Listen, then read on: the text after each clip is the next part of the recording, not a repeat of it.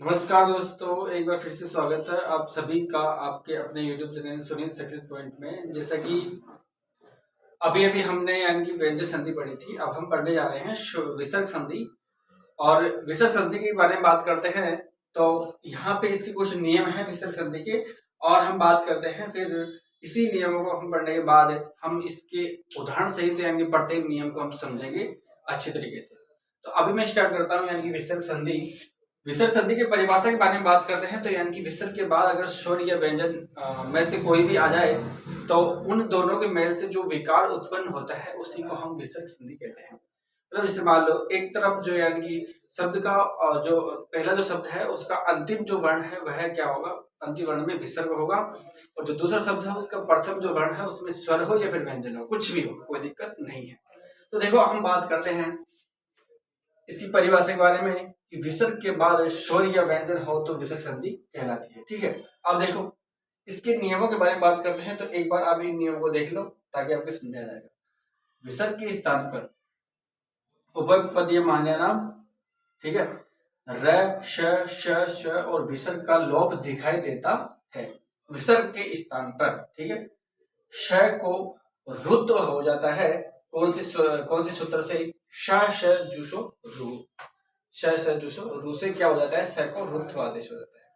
स के स्थान पर हुए रुत्व, अब जो स के स्थान पर जो रुत्व आदेश हुआ है उसके बारे में बता रहे कि स के स्थान पर हुए रुत्व के र के स्थान पर, किसके स्थान पर, र के स्थान पर विसर्ग हो जाता है। किसके स्थान पर होता है, र के स्थान पर विसर्ग हो जाता है खर प्रत्याहार परे रहने पर। लेकिन शर्त यह है कि जो खर प्रत्याहार है वो परे रहे तभी जाकर र के स्थान पर क्या हो जाएगा, विसर्ग हो जाएगा। और वह किस सूत्र से होगा, तो वह होगा खरव शानयो विसर्जनीय, विसर्जनीय है, खरव शानयो विसर्जनीय है। ठीक है, अवसान से तात्पर्य क्या होता है, अवसान से तात्पर्य वर्णों के अभाव से है, अवसान से तात्पर्य वर्णों के अभाव से है, यानी कि विरामो अवसानम। ये सूत्र कौन सा होता है, तो ये होता है विरामो अवसानम। और ये सब चीजें आपको सिर्फ अभी यानी कि यहाँ पे एक देखने के तौर पर आपको सिर्फ यानी कि ये मैंने बता रहा हूँ, आपको कभी कुछ भी याद नहीं करना है, याद आप करेंगे अभी इसके उदाहरणों सहित, यानी कि हम इसको याद करेंगे। देखो आगे हम बात करते हैं कि विसर्ग के स्थान पर श हो जाता है, खर प्रत्याहार परे रहते हैं तब। अब इसका जो सूत्र रहने वाला है वह रहने वाला है कि विसर्जनीय श, विसर्जनीय श। ठीक है, अब हम बात करते हैं कि विसर्ग के आगे ट या ठ के होने पर विसर्ग के स्थान पर मूर्धन्य, मूर्धन्य जो सकार है ये आदेश हो जाता है। अब देखो अगला जो नियम है वह है कि विसर्ग के आगे तय या थ, विसर्ग के आगे तय या थ होने पर विसर्ग के स्थान पर दंत्य जो यानी कि श है ना, यह आदेश हो जाता है। तो ये विसर्ग संधि के कुछ नियम हैं, इनको सिर्फ आपको एक बार देखना है और समझना है, और फिर इसको ज्यादा यानी कि हम बात करते हैं तो यानी कि उदाहरणों से ज्यादा अच्छे तरीके से समझ सकते हैं। तो अब हम इनके उदाहरण देखते हैं। ठीक है,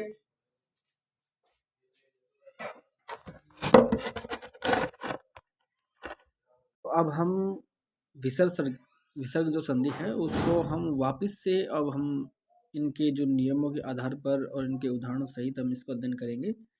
तो चलो स्टार्ट करते हैं। देखो इसके नियम है कि विसर्ग के आधार पर होने वाली संधि विसर्ग संधि कहलाती है। तो ये तो क्या होगी, इसकी परिभाषा होगी, क्या होगी, इसकी परिभाषा होगी। ठीक है, इस संधि में विसर्ग के स्थान पर विसर्ग उपपदीयमान्यम और र श और श या फिर विसर्ग का लोप दिखाई देता है। पद के अंत में स्थित जो श है तथा स जू स शब्द के श को रुत्व आदेश हो जाता है, और यह जो रुत्व आदेश होता है यह सूत्र स जूसो रूह से होता है। तो श आदेश किससे होता है, तो वह होता है स जूसो रूह से, अर्थात स के स्थान पर रुत्व हो जाता है। रू में उ की संज्ञा होने पर र मात्र शेष रहता है, यानी कि जो रू है इसमें भी जो उ की मात्रा है इसको क्या हो जाता है, इसका लोप हो जाता है और र ही मात्र शेष होता है। स के स्थान पर हुए रुत्व र के स्थान पर विसर्ग हो जाता है, या तो खर प्रत्याहार परे रहे या फिर अवसान रहे। ये सूत्र होता है खरवशानयो विसर्जनीय है। ठीक है, अवसान से तात्पर्य वर्णों के अभाव से है, जिसे हम विरामों अवसानम से प्रतीत करते हैं। इसलिए यदि र के आगे कोई वर्ण नहीं रहे तो भी विसर्ग हो जाता है। आगे और नियम पढ़ते हैं, देखो।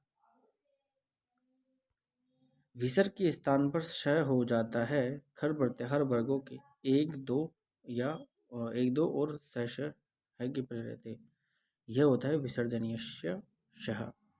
विसर्ग के आगे क ख के रहने पर विकल्प से अर्ध विसर्ग यानी कि जीव्या मूल्यम हो जाता है, तथा विसर्ग के आगे प फ रहने पर अर्ध विसर्ग यानी कि उपपद्यमान्यनम हो जाता है।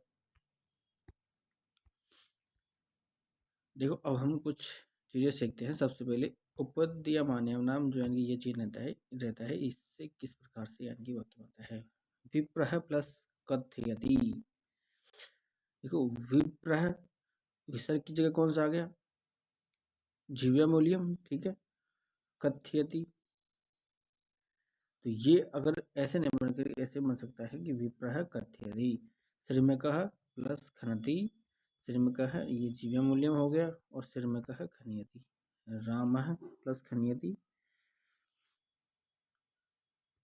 रामः खनयति, ये रामः खनति। इस प्रकार से नरः प्लस खादति, नरः और ये जीव्या मूल्यम का जो चिन्ह है खादति, नरः खादयति, खादति। बालक है करोति, बालक है जीव मूल्यम जो चिन्ह है करोति, और बाल है करोति। इस प्रकार से यानी कि ये चिन्ह आ जाते हैं।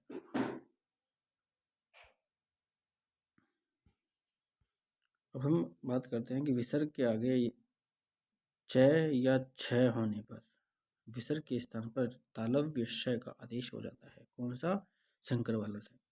कैसे, देखो, राम है प्लस छ तो क्या हो जाएगा, रामश्च। विसर्ग के स्थान पर क्या हो गया, श आदेश हो गया। कह प्लस चित, कश्चित। निह प्लस छल, निश्चल। वृक्ष है प्लस छायति, वृक्षा छायति। मनः प्लस छाया, मनश्छाया। विसर्ग के आगे ट या ठ के होने पर विसर्ग के स्थान पर मूर्धन्य श आदेश होगा। संधि विच्छेद, धनु प्लस टंकार है, क्या हो जाएगा, धनुष टंकार है। मीमांसाया प्लस टीका, मीमांसाष्टिका। वृद्ध प्लस ठगति, वृदष्ठगति। द्वितीय प्लस ठकार है, द्वितीय ठकार है। देव प्लस ठकुर, देवश ठकुर।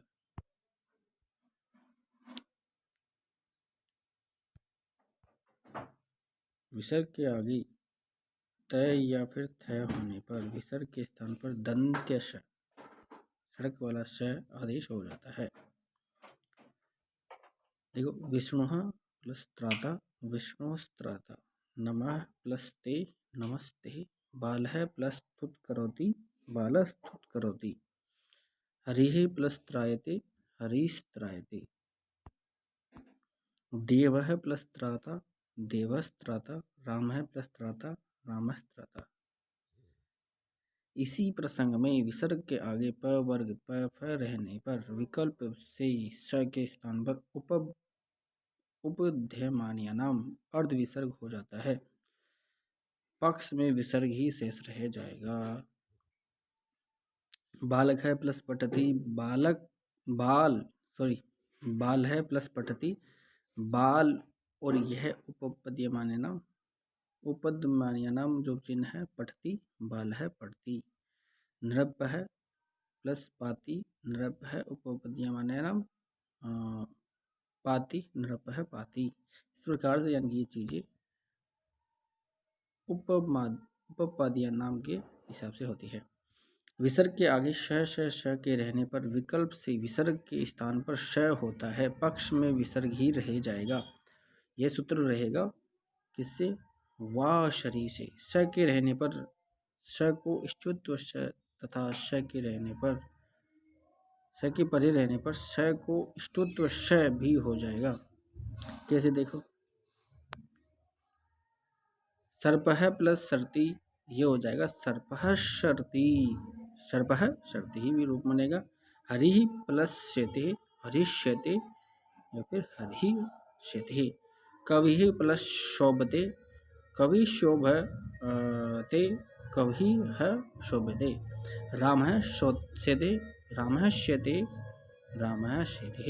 मोहनः षष्ठः मोहनः षष्ठः मोहनः षष्ठः। नृपः षष्ठः नृपः षष्ठम षष्ठः नृपः षष्ठः। इस प्रकार से यानी कि ये चीज़ें होती है। निष्कर्ष के बारे में बात करते हैं तो खर वशनाव शानयो विसर्जनीय सूत्र से विसर्ग केवल खर प्रत्याहार के परे या अवसान रहते होता है या अवसान रहते होता है।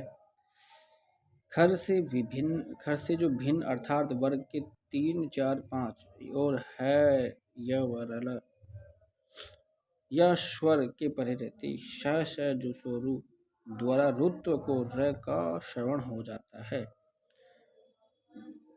आगे कहे जाने वाले उत्व संधि के प्रसंग के अलावा